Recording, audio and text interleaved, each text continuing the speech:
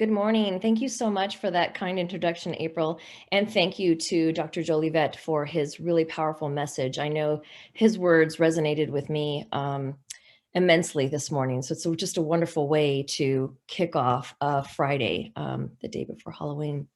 So today I'm going to talk to you about successfully navigating UCSD and the UC system, and also infuse a little bit of my own journey. In this process, because I think it's important that we reflect on where we've been. And so I wanted to start off by just acknowledging this moment that you're going to be coming to graduate school at a time in the nation when now more than ever is the scar of generational and ongoing racism at the forefront of our society. We're seeing gross inequities across race and economic background due to the COVID pandemic.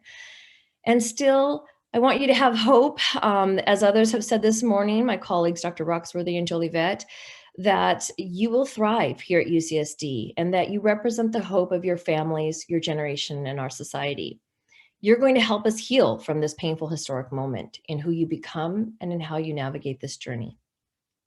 So if you were to choose UCSD, which we hope you would, you will be welcome with open arms into the UCSD familia. In my work and in my mentorship, I always tell my students that I'm welcoming you into really a lifelong relationship as a mentor, mentee, as colleague, colega, and as a peer, that mentorship is really a lifelong endeavor with me, and that they're welcome into an academic family when they come work with me. So why is your leadership needed, particularly at this moment? I'm just going to share with you 2 data slides. I didn't want to inundate you with data slides, and I also want to make sure we're on track with time, because I really want to get to what I call consejos. This gives you a portrait between, because I research a lot about Latinos in higher education and Latino leadership. This is a snippet of Latinx compared to white faculty. You could easily plot in other groups and other faculty, but here you just see that dichotomy. And what you see is Latinx faculty from 1994 through 2018 as really hovering between 3 and 4.8%.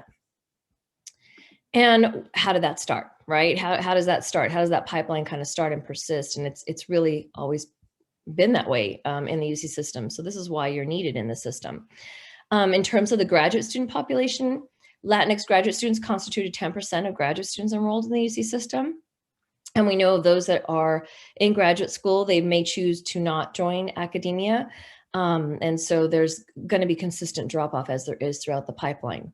The composition of Latinx graduate students since 1999 has remained between 6 and 10%. So 20 years, it's not exceeded 10%. I mean, that's saying something. And so you can see the faculty data in 20 years, it hasn't exceeded 4.5% for Latinx faculty. African-American graduate students comprise 3 to 4% across a 20-year period. So let's just sit with that for a moment. Across a 20-year period, between 3 and 4%, even though they constitute in California, African-American community constitutes approximately 8.5%. And Native Americans are less than 1% across the same time period. And so you can relate to the data that Dr. Jolivet mentioned about the PhD, those with PhDs in the country. For Latinx faculty, in total, there are less than 1.5% Latinx faculty with their PhDs in the country. And so when we think about just the need for diverse faculty, it's never been greater. I'm going to share with you about my journey a bit on how I navigated being a first generation student myself, growing up in Southern California, just, how I have arrived at this place. And so some of it was planning, a lot of it was hard work, but honestly, there was a little bit of, fortuitous events involved. And so our goal is to encourage you so that we're not relying on happenstance events, but we're actually creating infrastructures for you to thrive. So I grew up in Norwalk, California, which is in Southern California, very much a working class community. I'm the daughter of a Teamster. I'm a first generation Chicana. That's how I identify myself. I am the proud product of affirmative action. And I'll tell you an interesting story about that, because that's what I studied for my dissertation. And I know it's on the ballot this fall. I started at UC for undergrad, as April noted. I'm going to tell you a little bit more about my graduate school journey in a moment. My first academic job was out of California. I chose to go up to the University of Washington up in Seattle. And then I'll tell you a little bit about the present day. I'm going to fast forward to today in the end, my UC San Diego affiliation. But let me tell you a little bit about my pathway. So I was really fortunate to have two parents that always emphasized education. They always emphasized the importance of higher education. And so going to college wasn't necessarily it was always an option. It was always the option. And so it wasn't an option to do otherwise. But I very much grew up in a community that was loved, engaged. I canvassed for political candidates, local, coaches. And so my parents always had us very involved. And for some of you that may have heard some previous book talks, my parents really had this philosophy of a busy kid is a good kid, considering, in the neighborhood, there were probably some less than ideal actors. And so their option was to keep us busy. So we all played an instrument, we all played multiple sports. And really that was their philosophy, to keep us engaged with community, to keep us engaged in thoughtful activities and efforts. And it paid off. And there you see on the bottom, my photo with my family. And I, I gave you that photo because all my siblings, my other three siblings, there are 6 of us in the family, but everyone is a college graduate. And every single one has, I would consider them a community leader. They coach, they give back. My brother's a vice president up at Fullerton College. I mean, we really have community activism and care and compassion at the center and at the core of what we do. And when my sister passed away at a young age, she passed away at the age of 34, and we ended up starting a foundation in her honor. So there's a lot of things we could have done with a settlement, and we chose to use those resources for scholarships for students who were going on to higher education. Then I'm going to fast forward to, you see at the right-hand corner, my first position as a junior scholar, and then now at UC San Diego. And I'll tell you a little bit more about that pathway in a bit. But in terms of my career as a scholar, activist, and writer, I think my identity as a writer, I've kind of come into eventually, but it's come through mentorship and experience, right? And seeing yourself as a writer. And so my advice to you, which we call in my community consejos, is really consider yourself a writer early. Consider your voice really integral to shedding light on a phenomenon and really providing a service to not only the field, but your community. So in terms of my PhD journey, I wanted to just highlight a couple of things, and I don't want to be highly critical, but honest. And so I thought it would be important to talk about just the level of cultural isolation. I was the only Chicana in my cohort. And so it was difficult, to have that experience, but how I overcame that is really equally important. What I did was I sought out a writing group and women of color to connect with across the campus. So across my campus, I had this network that I pieced together. I kept my community affiliations active. I kept activities and efforts that really fed my soul. And to this day, I still practice that there are events and activities that everyone's telling you to say no, but at the same time, if you said no, would you be who you are? And so I was careful to make sure that I kept those activities and affiliations and efforts that really spoke to me and fed my soul. So I was engaged in nonprofits in the Bay Area and nonprofit boards. I also started a business in graduate school because we don't talk about this as communities of color as much, but it's also important to think about your financial future and set yourself up financially. And so the decisions I made in graduate school set me up actually for my career, for my first career at the University of Washington. Because I had property in the Bay Area, I was able to buy homes, plural, in Seattle. And that kind of set me on a secure path as a single woman under 30. And I think that that's important to acknowledge. I was surprised in grad school to be underestimated. I don't know why, but because I've been underestimated in my academic pathway by my PhD committee and advisors. And one example is that, folks didn't really think that I was going to go into the academy, that I wanted to be a professor. And so I didn't have publications I worked on projects, but I didn't have this string of publications with your advisor or with colleagues. And so I had to seek those opportunities outside. I utilized my UC network. So I always saw UC as an academic home, and I came back to that academic home. When doors closed at Stanford for me not to be able to teach undergraduate courses or graduate courses, I knew I had a network at the University of California. And so I taught at Berkeley. So I utilized my UC network to teach and secure a postdoc in the UC system. I saw my network as national early and transcending public, private, and nonprofit systems. I think it's important that you network at conferences and actively seek out mentors. I chose to, because I was so busy too with the business and other things, that I chose to avoid department politics and attempts to fix the institution. I chose early on that I wasn't going to spend all of my time and labor in that area, because this is generational and long-standing, hundreds of years of oppression that exists. But I'm going to caveat and couch that with, sometimes even though you're told to choose your battles, sometimes, and I know this now as a leader, the battles choose you. And so that's not to say I didn't engage and push back. That's to say that I was careful about how I engaged and the battles I engaged in, and those that were really, really important to me, where they were overt racist acts, I chose to engage in. I used classroom papers as opportunities for publication, because I knew early on I wasn't getting those publication opportunities. So I created my own opportunities.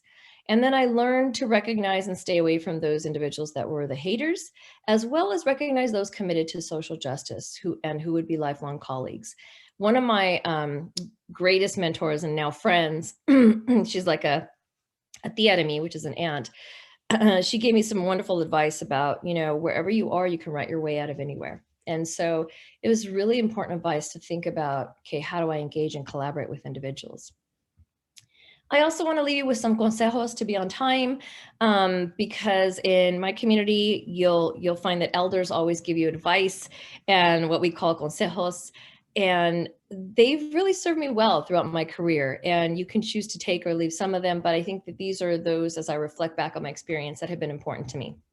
So the first, Dr. Jolivet already highlighted, is that believe that you belong at UC San Diego and really any PhD program, that you have the right to a UC education and a PhD. Have a plan. Envision that PhD hoodie ceremony. This is what I would do. Even when I first got my robe, I remember getting on my 4-inch high heels and walking around my condo and just wearing that robe and hood for a while. But imagine that early. Envision that hooding ceremony and work backwards from that date in the key achievements you want for yourself. So having a plan is really important. Seek out multiple mentors, not just one, to engage in research with you, to think about how they might help you, not only in that degree, but also how you can be a partner with them in various research projects. Engage in research that speaks to you, that you are passionate about.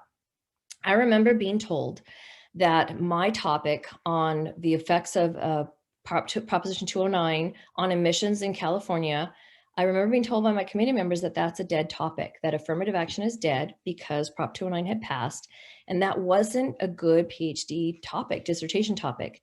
And I remember that's one battle I chose to engage in, of course. And I remember saying, anyone who knows public policy understands that it's cyclical. And this is not a dead issue. 20 years later, not only is there an initiative on the California ballot to end affirmative action, but there have been 3 Supreme Court cases. There have been over 8 statewide cases, district court cases. And we know that it's very much not a dead issue. And so have that foresight and trust in your gut, your own knowledge and have your own conviction about what you want to research. It should speak to you. Utilize the PhD program as carving out the start of your research agenda. Not many of us think about that the PhD is really starting out your early research agenda, and have folks help you and give you feedback along the way. Use resources on your campus. We have several centers to assist you. We have graduate student networks. There are also national graduate student networks. And then utilize your program to expand your networks, to seek out fellowships, to seek out opportunities. Utilize the PhD program to hone your expertise and skill sets you want to develop. Think of it as a time to invest in you, the methodologies you want to learn about, that you want to learn to make you a well-rounded faculty member. And then remember that this is your time to invest in what you want to do, because we need you to transform academies like UC San Diego. And looking back, I'm always asked, was the decade of schooling, which is, undergrad, grad, and PhD, it only took me 4.5 years to finish the PhD, but looking back, I'm always asked, was that decade of schooling worth it? And I come back to this experience I had this past year. Last year, I became a full professor. And I remember driving in the car with my 2 young kids under 10, and I'm talking about dreams, the importance of dreams, to my children, a 9-year-old and a 6-year-old. And my son is telling me about his dreams, and my daughter, and I'm like, kids, what happens when you sit back and realize that most of what you wanted to achieve professionally is accomplished, that you've achieved your dreams? And I think I was in that grateful moment where I've achieved what I want to do. I know there's more to do, but I've really achieved what I wanted to do, and I'm grateful for that. And my son interjects before I could go on and said, "Well, Mom, you know what that means?" And I said, "What, mijo?" And he tells me, "It's time for some new dreams. It's time for some new dreams." And from the mouth of a babe, telling mom I need to get on it because there's a lot more work to do. It was a really important moment for me to think about. You're right. Now I need to think about planning that next stage of my career as this first generation faculty. That it's really important that I continue to give back. I continue to be involved in those civil rights cases as a scholar and as an activist scholar. And so when I'm asked, was that decade of schooling worth it? My response is always, where I sit now, it's better than I could have ever imagined. That doesn't mean there's not a lot of work to do still, but it's better than what I could have imagined in terms of the opportunities you have as a professor to engage community, to be part of really large statewide civil rights cases to ensure educational equity for children.